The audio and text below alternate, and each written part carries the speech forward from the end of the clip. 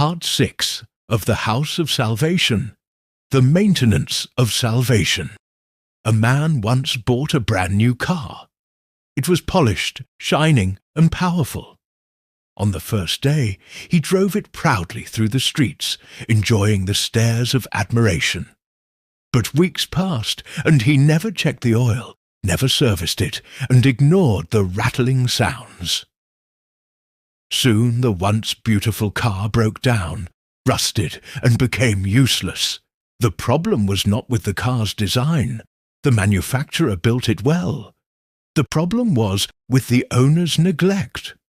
What could have lasted for years was destroyed in months because he failed to maintain it. Salvation works the same way. Receiving Christ is the beginning, but walking in Him requires maintenance. Just as houses need repairs, gardens need weeding, and cars need servicing, so salvation requires continual nurturing.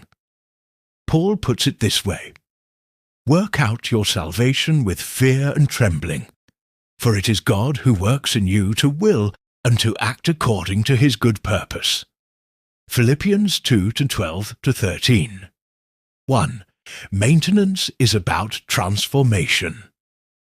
Philippians 1:6 says, "Being confident of this, that He who began a good work in you will carry it on to completion until the day of Christ Jesus." Salvation begins at the new birth, but it matures through transformation. Maintenance means becoming Christ-like day by day. Transformation is not instant perfection. It is a process of ongoing renewal. It is the Spirit reshaping the believer's nature until Christ is formed in them.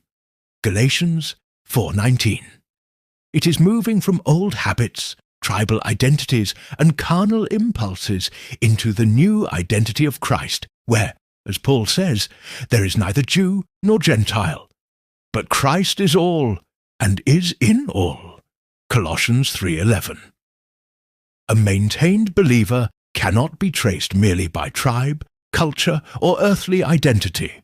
Their speech, conduct, and choices reveal heaven's culture, not human heritage. 2. Maintenance requires discipline. Salvation does not maintain itself.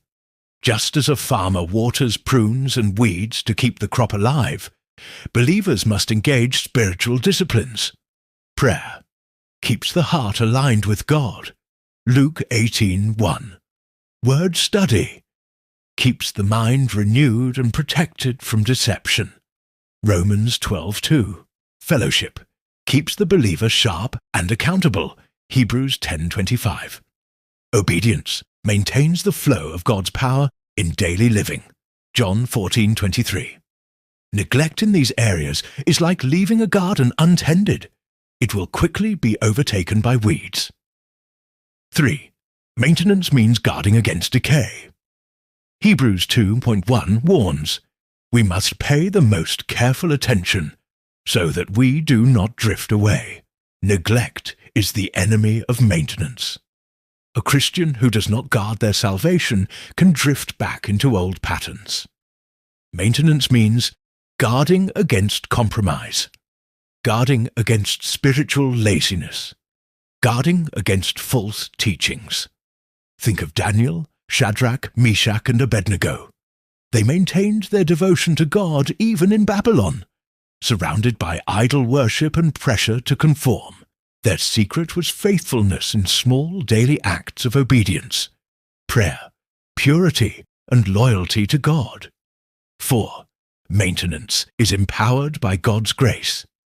It is important to note, maintenance is not human effort alone.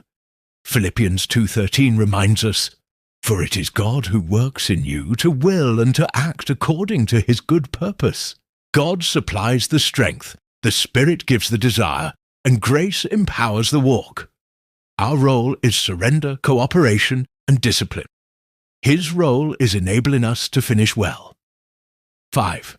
The evidence of maintained salvation. When salvation is maintained, it shows consistency, a believer who remains steadfast through trials. James 1:12. Growth, an increasing likeness to Christ in love, patience, humility, and holiness. Endurance, the ability to finish the race and keep the faith. 2 Timothy 4:7.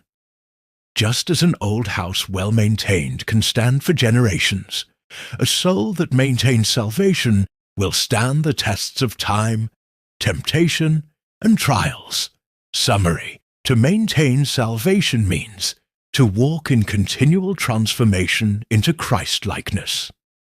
To practice discipline through prayer, the Word, fellowship, and obedience.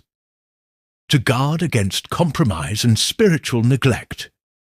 To rely on God's grace to sustain and complete the work. To produce the visible evidence of a steady, fruitful Christian life. Receiving salvation is the beginning.